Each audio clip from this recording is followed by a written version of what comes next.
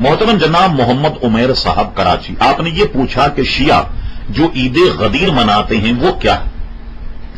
اصل میں ہماری نالج میں شیعہ حضرات اس دن کو یوم غدیر کہتے ہیں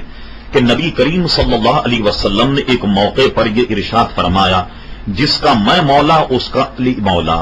جس کا میں مولا اس کا علی مولا۔ شیعہ حضرات کے تئیں یہ گویا نبی کریم علیہ الصلوۃ والسلام کا ارشاد حضرت علی رضی اللہ تعالیٰ عنہ کے خلافت کی طرف اشارہ ہے، حالانکہ مولا کے معنی ہرگز ہرگز خلیفہ نہیں۔ میں آپ کو عرض کرتا ہوں، دیکھیے حدیثی سے میں استدلال کرتا ہوں۔ مشکاۃ شریف میں کتاب الکرامات میں حضرت سفینہ رضی اللہ عنہ سے حدیث موجود۔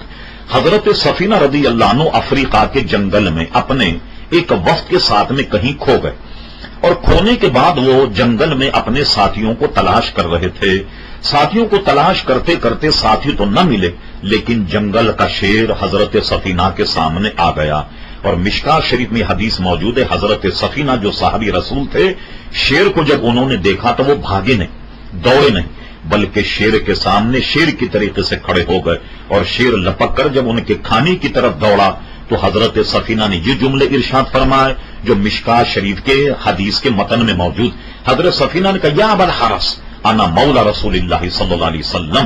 اے شیر تو مجھے نہیں جانتا کہ میں تو مولا ہوں رسول اللہ صلی اللہ علیہ وسلم کا، اب مجھے بتائیے مولا کا ترجمہ آپ کیا کریں؟ کیا خلیفہ کریں گے؟ کہ شیر کو حضرت سفینہ نے مخاطب کر کے کہا، یا ابا الحارث میں نبی کریم علیہ السلام کا خلیفہ ہوں، بلکہ یہاں اس کا معنی یہ کیا جائے گا جو شرع آپ کی سمجھ میں اٹھا کر دیکھیں کہ اس کا ترجمہ یہ کیا گیا، یا ابا الحارث یہ شیر کی کنیت بتائی جاتی، یا ابا الحارث انا مولا رسول اللہ صلی اللہ علیہ وسلم، یعنی میں نبی کریم علیہ السلام کا غلام ہوں۔ تو مجھے بتائیے کیا مولا کے معنی خلیفے کے آتے ہیں؟ ہرگز نہیں، لہذا وہ اسے عید کا دن مناتے۔ خصوصیت کے ساتھ ایک اور بھی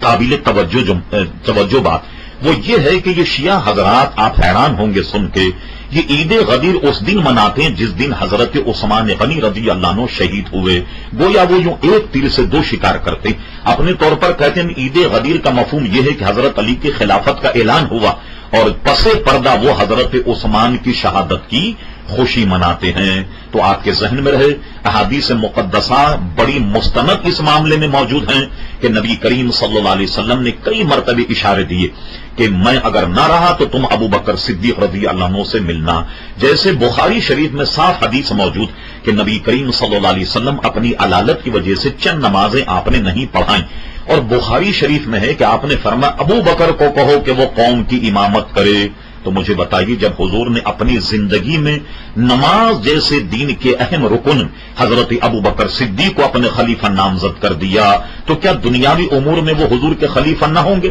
کہ حضور کی موجودگی میں انہوں نے چند نمازیں صدیق اکبر نے پڑھائیں۔ شیعہ حضرات اس پر بڑے چراغپا ہوتے ہیں، لیکن ہم آپ کو شیعہ حضرات کی کتاب کا بھی ایک حوالہ دیتے ہیں۔ جیسے ہمارے یہاں بخاری اور مسلم، شیعہ حضرات کے یہاں حیات القلوب علامہ مجلسی کی بہت مشہور کتاب، ملا مجلسی نے اپنی کتاب حیات القلوب میں لکھا کہ حضرت علی سے کسی نے پوچھا کہ علی یہ بتائیے کیا نبی کریم علیہ السلام نے اپنی وفات کے بعد آپ کو خلافت کی یا خلیفہ ہونے کی کوئی وصیت فرمائی؟ حضرت علی نے فرمایا ہرگز نہیں، نبی کریم علیہ السلام اگر یہ وصیت فرماتے